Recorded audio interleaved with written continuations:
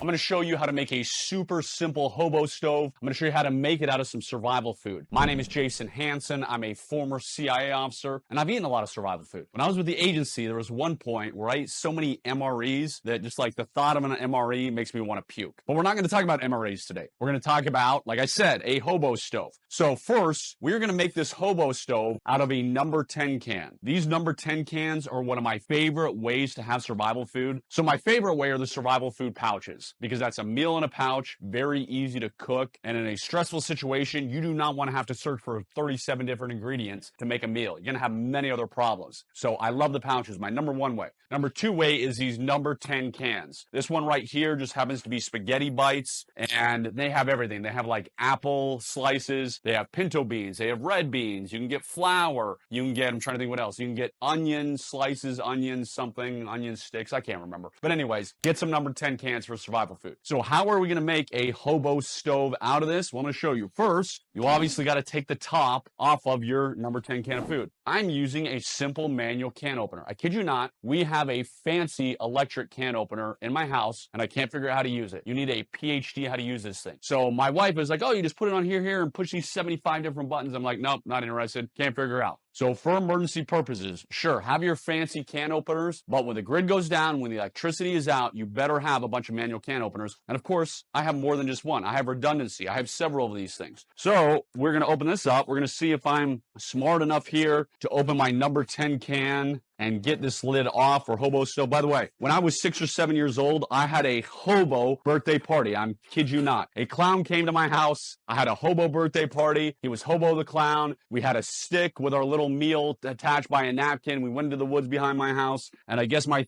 parents thought I didn't have much potential in life, and they were preparing me for the future to be a hobo. But what kind of parent brings Hobo the Clown to your house? Evidently my parents. I'm not going to waste this. We'll probably have this for dinner tonight or tomorrow. I'll have this. You can see this is a lot. It is gonna, I was gonna say, am I gonna overflow here? I'm not gonna overflow. So one of these number 10 cans is gonna buy you a lot of meals. Well, most people. I've got 7 kids, so it's not gonna buy me as many as a lot of people, which is why I have over a year's worth of food storage for every member of my family. I have these number 10 cans stacked to the wall, both in my office, bug out locations at my house. I also have those pouches in bins. I have, like 10 bins that are just full of those survival food pouches, which are a meal in a pouch. Okay, so we've got our can. It's an empty can. First thing we're gonna do with our hobo stove is, and this is me not measuring perfectly, but that's all right. It doesn't have to be perfect. As I said, this is a simple one. So get a drill. We're gonna go to the other side here. Somewhere.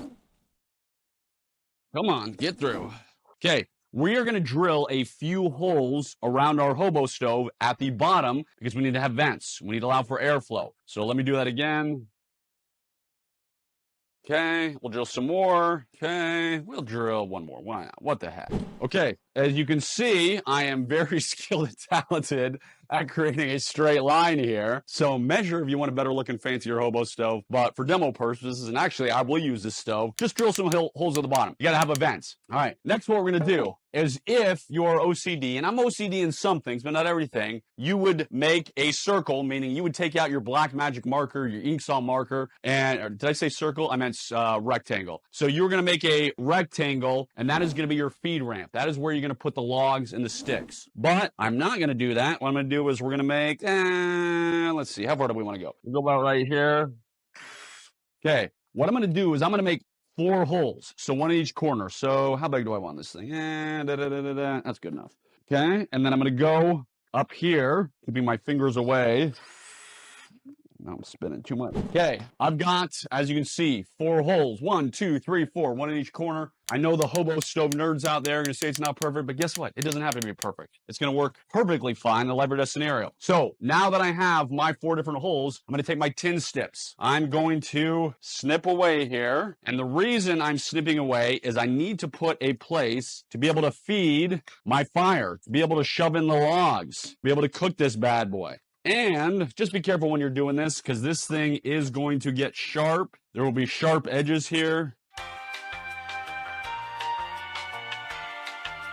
All right, so we've cut our top. Now that we got our cut top, we got to go down the sides and do the same thing. So I'm going to get my snips here. I'm going to go in to this side one, going this way a little bit. Okay, now we got to do the last side.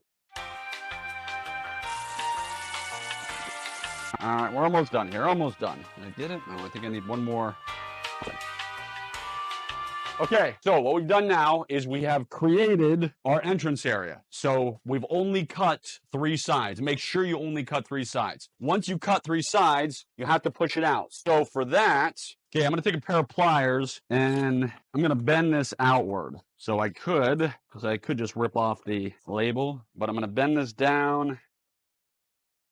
All right, now, if you want, you can make a much bigger feed ramp, meaning I'd cut down further. I would push this down so it sticks out more. That way you can rest logs. I would say less logs. You can rest logs on there. Also, once you have this, you can push this back up to cover it. So if you're not using logs and you want to make sure that that's not coming out, you could take your pliers again, bend it back up, but we're not going to do that. Okay, so we've got the holes on the bottom for vent. We got a feed area for logs that, again, if you wanted to, you can make it bigger. You could cut down further. The last thing we got to do is just put some holes at the top for ventilation. So put holes at the top. I'm going to make sure my fingers are nowhere near there. All right, we'll add in one more. Okay, what we're going to do now is take your pan and cook. Now, there's going to be somebody watching this and saying, hey, Jason, what if I'm using a cup or pan is too small? Well, if you're going to do that, all you got to do is go buy some metal rods or pieces of wire, and you run the metal rod through this hole to this hole, through this hole to this hole, and you can drill more holes, and that way you can create your grate. So again, you can just get some small metal rods, or, which is easier, is wire. I would just get pieces of wire, and you just thread the wire there. That way you create your little seated area or sitting area for your cup. So now we have our completed hobo stove. Now we can put our food, our pots, whatever, we can feed it there. For this one, I think later on I am going to open this up more. I'm going to make that enough bigger. But for now, let's go build a fire. We got our hobo stove out here. As you can see, I put in some logs. I also added some accelerant because it's about 150 degrees out here today, and I'm not going to be out here forever building a stove. So again, you're going to make this a lot bigger if you want bigger logs. If not, you can just use these logs. So I'm going to step back a bit because this sucker is going to...